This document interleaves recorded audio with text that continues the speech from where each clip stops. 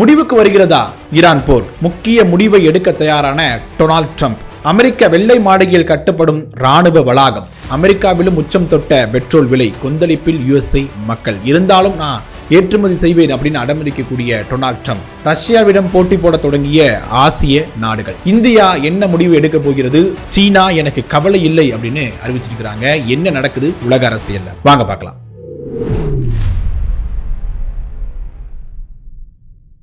வணக்கம் மக்களே, நான் உங்கள் மது, கோப்பாசையிலிருந்து. பிப்ரவரி 28 இந்த போர் அப்படிங்கிறது இருந்துச்சு. இஸ்ரேல், அமெரிக்கா, ஈரான் இடையிலான அந்த போர் அப்படிங்கிறது உச்சகட்டத்தை நோக்கி நெருங்கிக்கிட்டே இருக்குது. 1 மாதங்களுக்கு மேல போர் தொடர்ந்து நடைபெற்று கொண்டே இருக்குது. இந்த நேரத்தில் அமெரிக்காவின் முக்கியமான அறிவிப்பு ஒன்று வெளியாக போகிறது அப்படின்னு ஒரு முக்கியமான செய்தி பத்திரிகை குறிப்பை வெளியிட்டிருக்கிறாங்க. அந்த செய்தி பற்றி ரொம்ப நம்பகமான பத்திரிகையும் கூட, வால் ஸ்ட்ரீட் ஜெர்னல். இந்த தகவல் எதுவுமே நான் கூறியது கிடையாது. முக்கியமான செய்தி குறிப்பின் அடிப்படையில் தான் அந்த வீடியோவை உருவாக்கப்பட்டிருக்கிறது. என்ன சொல்லியிருக்கிறாங்க அப்படின்னா, ஹார்முஸ் நீர்முனை மூடப்பட்டிருக்கிறது அப்படிங்கிற ஒரே ஒரு தவறை தவிர மித்த எல்லா இடத்தையுமே நாங்கள் ஈரானை தாக்கியிருக்கிறோம். மொத்தம் 11,000 இலக்குகளை நாங்கள் ஈரான் மீது தாக்குவதாக திட்டமிட்டிருந்தோம். அத்தனையும் தாக்கி அழிச்சிருக்கிறோம். அவருடைய உச்ச தலைவர்களை கொண்டிருக்கிறோம், 2ஆம் கட்ட தலைவர்களை கொண்டிருக்கிறோம், விஞ்ஞானிகளை அழிச்சிருக்கிறோம். அவங்களுடைய அணு ஆயுத திட்டம் சீர்குலைக்கப்பட்டிருக்கிறது, இராணுவ தளவாடங்கள் அழிக்கப்பட்டிருக்கிறது. எங்களுக்கு ஈரான் போர் மிகப்பெரிய வெற்றி அப்படின்னு USA தங்களை வெற்றியாளர்களாக அறிவித்துக் கொண்டிருக்கிறாங்க. அதே நேரத்தில் ஈரானும் அது எந்தவரைக்கும் சலச்சரவுகள் இல்லை அப்படிங்கிறது மாதிரி தொடர்ந்து எதிர்த்தாக்குதல்கள் செய்துக்கிட்டே இருந்தாங்க. வளைகுடா நாடுகளில் இராணுவ தளவாடங்கள், அதாவது அமெரிக்க இராணுவ தளவாடங்கள் மீது தொடர்ந்து தாக்குதல் நடத்தப்பட்டு கொண்டே இருந்திருக்குது. எதிர்வினை அப்படிங்கிறது ஈரானின் தரப்பிலிருந்து தொடர்ந்து கொடுக்கப்பட்டு கொண்டே இருந்துச்சு. பேச்சுவார்த்தைக்கு பலமுறை அமெரிக்கா அழைப்பு விடுத்தது, 15 நிபந்தனைகள் கொடுத்தது. எதையுமே ஈரான் அப்படிங்கிறது ஏற்றுக்கொள்வதாகவே இல்லை அப்படிங்கிறது திட்டவட்டமாக அறிவிச்சு போர் அப்படிங்கிறது தொடரட்டும், வெற்றி தோல்வி அப்படிங்கிறது தான் முக்கியமே தவிர பேச்சுவார்த்தைக்கு இடமில்லை அப்படிங்கிற நோக்கத்தில் தான் ஈரான் இப்போது பயணிச்சுட்டு இருக்கிறாங்க.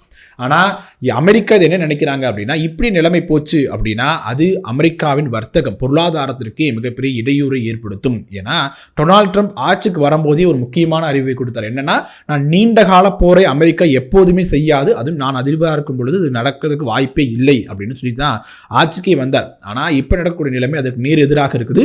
1 மாதங்களை தாண்டி போர் நடந்துட்டு இருக்கிறது அப்படிங்கிறதும் அமெரிக்க மக்கள் மனதிலேயே மிகப்பெரிய கொந்தளிப்பை ட்ரம்புக்கு எதிராக ஏற்படுத்தியிருக்குது.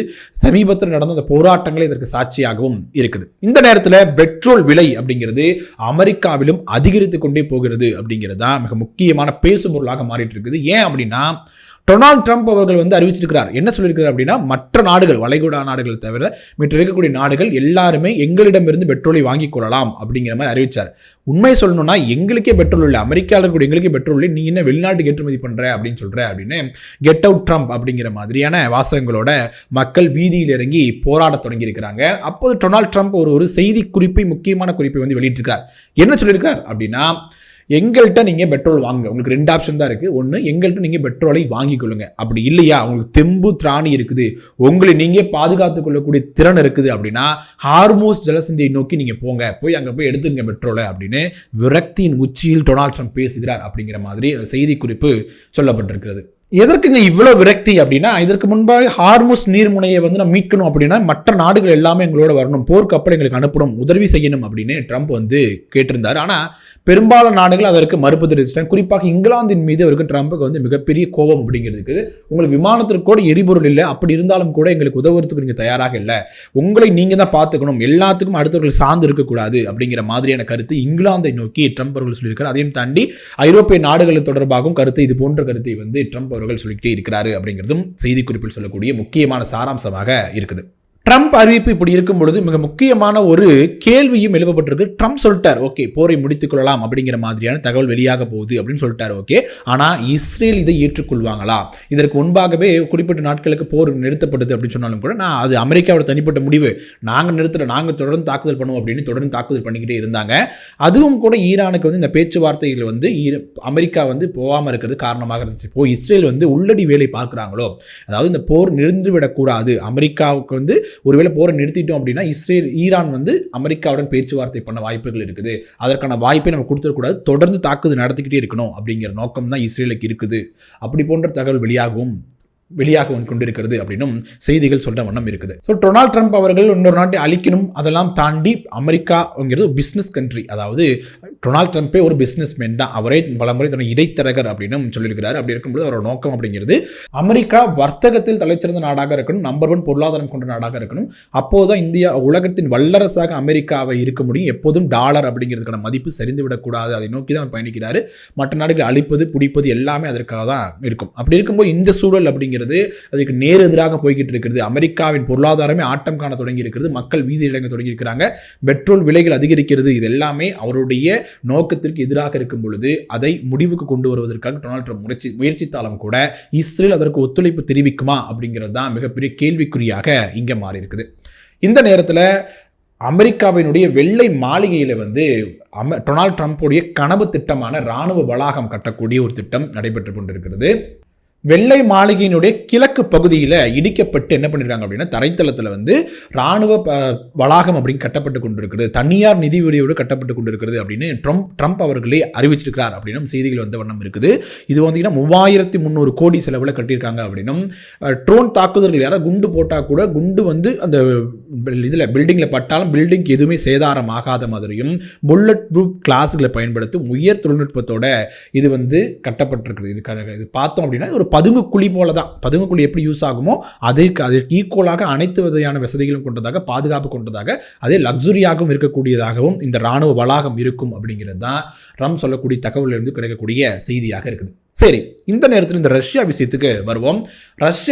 ரஷ்யாட்ட ஆசிய நாடுகள் போட்டி போட தொடங்கி இருக்கிறது. எதுக்கு அப்படின்னா பெட்ரோல், அதாவது கச்சா எண்ணெயை வாங்குவதற்கு தான் அப்படிங்கிறது தான். ரஷ்யாவின் மீது தடை அப்படிங்கிறது தற்காலிகமாக நீக்கப்பட்டிருக்கிறது. இந்தியா கூட முதல்ல ரஷ்யாட்ட வாங்கிட்டு இருந்தாங்க, அதுக்கப்புறம் அமெரிக்கான் பேச்சுக்கிட்டு வாங்க வேணாம் அப்படின்னு முடிவு பண்ணாங்க. இப்போ திருப்பி வேற வழி இல்லை, ரஷ்யாட்ட வாங்க வேண்டிய நிலை அப்படிங்கிறது இருக்கு.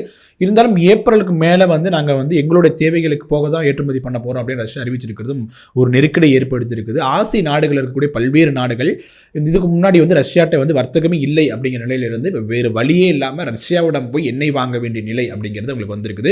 ஏன்னா அந்த ஹார்மோஸ் ஜலசந்தி மூடப்பட்டது போர் காரணமாக வேற எங்கேயும் வாங்க முடியாது, நீ பொழைக்கணும் அப்படின்னா ரஷ்யாட்ட தான் கெஞ்சி தான் ஆக வேண்டும் அப்படிங்கிற நிலை தற்போது உருவாகி இருக்கிறது. ரஷ்யாவும் முன்பு பார்த்தீங்கன்னா ஒரு தள்ளுபடி விலையில் கச்சா எண்ணெய் கொடுத்துக்கிட்டு இருந்தாங்க. ஏன்னா அவங்ககிட்ட வாங்க ஆள் கிடையாது, எல்லா பக்கட்டும் பொருளாதார தடை விதிக்கப்பட்டு வாங்கக்கூடாது அப்படின்னு சொல்லப்பட்டது. ஐரோப்பிய கண்ட்ரிஸ் கூட நிறைய தவிர்த்துக்கிட்டு இருந்தாங்க. இப்போ இருக்கக்கூடிய நிலை என்ன இருக்குது அப்படின்னா உங்கள்கிட்ட ஒரு வழியே இல்லை, வேணுமா அப்படிங்கிற நிலை தான் இப்போ இருக்குது. வேணும்னா வாங்கிட்டு போயினா போனீங்கன்னா உன் பொருளாதாரம் காலி அப்படிங்கிற நிலை தான் இப்போ இருக்குது. ரஷ்யா வச்சது தான் இப்போ சட்டம் அப்படிங்கிற மாதிரி இருக்குது. என்ன விலை கொடுக்குறியோ கொடுத்து வாங்கிட்டு போ அப்படிங்கிற நிலை தான் இப்போது இருக்குது அப்படிங்கிறது தான் வரக்கூடிய செய்திகள் சொன்ன வண்ணம் இருக்குது. இந்தியா இப்போ என்ன முடிவு எடுக்க போகிறது அப்படிங்கிறது தான் மிகப்பெரிய ட்விஸ்ட். ரஷ்யாட்ட எண்ணெய் வாங்கலாம் அப்படிங்கிற அறிவிப்பு மற்ற நாடுகளுக்கு முன்னாடி ஒரு வாரத்துக்கு முன்பாக இந்தியாவுக்கு தளர்வுகள் கொடுக்கப்பட்டது. அந்த ஒரு தளர்வு அப்படிங்கிறது இந்தியாவுக்கு ஒரு பெனிஃபிட்டாக வந்தது. மிகப்பெரிய அளவில் இறக்குமதி பண்ணோம். 1 மில்லியன் பீப்பாய்கள் ரஷ்யாவிடமிருந்து ஒரு நாளைக்கு அப்படிங்கிறது இறக்குமதி செய்யப்பட்டு கொண்டுருச்சு.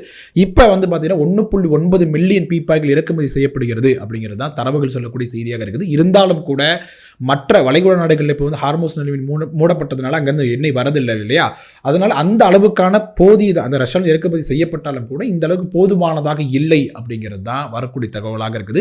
இதை இந்தியா எப்படி சமாளிக்க போகிறது? ஒருவேளை ட்ரம்ப் நடத்தக்கூடிய இந்த ஈரான் போர் முடிவு அப்படிங்கிற சிந்தனை சாத்தியமாச்சு அப்படின்னா அந்த பிரச்சனை அப்படியே சார்ட் அவுட் ஆகும். அப்படி இல்லை போர் தொடர்ந்துச்சு அப்படின்னா இந்தியாவுக்கு இது மிகப்பெரிய தலைவலியாக மாறும் அப்படிங்கிறது தான் இப்போ இருக்கக்கூடிய தரவுகள் சொல்லக்கூடிய தகவலாக இருக்குது.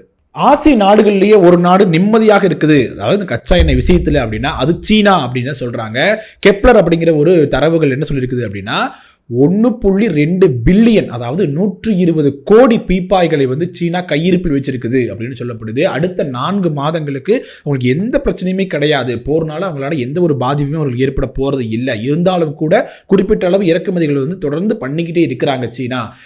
தன்னுடைய நாட்டை பாதுகாப்பதில், அதாவது இவ்வளோ பெரிய மக்கள் தொகை வச்சிருக்கக்கூடிய சீனா முன்னேற்பாடாக இப்படி பண்ணிட்டு இருக்கும் பொழுது இந்தியா அந்த விஷயத்தில் கோட்டை விட்டது ஏன் அப்படிங்கிற கேள்வி இந்த இடத்துல எழுவ தொடங்கி இருக்கிறாங்க பொருளாதார நிபுணர்கள். சீனா அப்படிங்கிறது ரஷ்யாவோட மிக நெருங்கிய நண்பராக இருக்கக்கூடிய சில நாட்களுக்கு முன்பு ஒரு தகவலும் வந்துச்சு, சீனாவுக்கு செல்லக்கூடிய கப்பல்கள் இந்தியாவிற்கு திருப்பப்பட்டு கொண்டிருக்கிறது அப்படின்னு சொன்னாங்க. இது சீனாவோட பர்மிஷனோட தான், சரி போட்டோம் அப்படின்னு விட்டாங்க சீனா. ஏன்னா அவங்ககிட்ட இது போதுமான அளவு கையிருப்பு இருக்குது. இந்த நேரத்தில் ரஷ்யா சீனாவுக்கு கொடுக்கக்கூடிய விலை அப்படிங்கிறது இந்தியாவை கம்பேர் பண்ணுறது கம்மியான விலைக்கு தான் சீனாட்டு கொடுத்துட்டு இருக்காங்க. அப்படி இருக்கும் பொழுது இந்தியாட்ட இந்த டைமில் ட்ரேட் அப்படிங்கிறது ரொம்ப முக்கியமானதாக பார்க்கப்படுது ரஷ்யாவை பொறுத்த வரைக்கும். அதனால நிறைய கப்பல்கள் சீனாவுக்கு செல்ல வேண்டிய கப்பல்கள் தாக்குதல்கள் இந்தியா பக்கம் திரும்பப்பட்டது அப்படின்னு தகவல் வந்த வண்ணம் இருக்குது. இந்த நேரத்தில் ரஷ்யாவிடம் இருந்து சீனா பெறக்கூடிய எண்ணெயின் அளவு அப்படிங்கிறது மற்ற முன்னாடி இதற்கு முன்பு பெற்றாங்க இல்லையா, அதை விட குறைவான அளவு தான் பெறுறாங்க. அது எதற்காக அப்படின்னா ரஷ்யாவினுடைய வர்த்தக நலனுக்காக தான். ஏன்னா அதிக விலைக்கு முன்பை விட தள்ளுபடி விலை கொடுக்கப்பட்ட ரஷ்யா இப்போ அதிக விலைக்கு மற்ற நாடுகளுக்கு விற்பனை செஞ்சுட்டு இருக்காங்க. இந்த நேரத்தில் உங்களுக்கு முன்னாடி பண்ண அதே விலையில் சீனாவுக்கு விற்பனை செஞ்சுட்டு இருக்காங்க. ஸோ இப்படி இருக்கும் பொழுது தான் இது போன்ற நிலையை ரஷ்யா சீனாவும் இணைந்து தான் இந்த முடிவு எடுத்திருக்கிறாங்க அப்படின்னு சொல்லக்கூடிய செய்திகள் வரக்கூடிய தகவல்கள் தெரிவிப்பதாக இருக்குது. ஓகே மக்களே, நம்ம வீடியோவோட இறுதி பகுதிக்கு வந்துட்டோம். ட்ரம்ப் ஈரான் போரை முடிவுக்கு கொண்டு வரலாம் அப்படின்னு முடிவெடுத்தாலும் கூட அது நடக்குமா அப்படிங்கிறது தெரியல. ஏன்னா அதற்கு இஸ்ரேலும் சம்மதிக்கணும், இன்னொரு பக்கம் ஈரானும் சம்மதிக்கணும் அப்படிங்கிற நிலை தான் இப்போதைக்கு இருக்குது. ஆனால் அமெரிக்க மக்களே ட்ரம்ப்புக்கு எதிராக திரும்பி வீதியில் இறங்கி போராட தொடங்கி இருக்கிறாங்க. அவங்க அமைதியை இழந்திருக்கிறாங்க அப்படின்னு பார்க்க முடியுது. உலக நாடுகளில் நடக்கக்கூடிய இந்த அரசியல் மாற்றம், இந்த பதட்டம், அது போன்ற காரணங்களால பாதிக்கப்படக்கூடியது இந்தியா போன்ற மிகப்பெரிய ஜனநாயக நாடான அதிக மக்கள் தொகை நாடு தான். அந்த மக்கள் தான் அதிகமாக பாதிக்கப்படுறாங்க. போர் முடிவது அப்படிங்கிறது அந்த நாடுகளுக்கு எவ்வளவு முக்கியமோ அதை விட அதிகமாக இந்தியா போன்ற நாடுகளுக்கும் முக்கியம் அப்படிங்கிறது தான் தற்போதைய நிலவரமாக இருக்குது.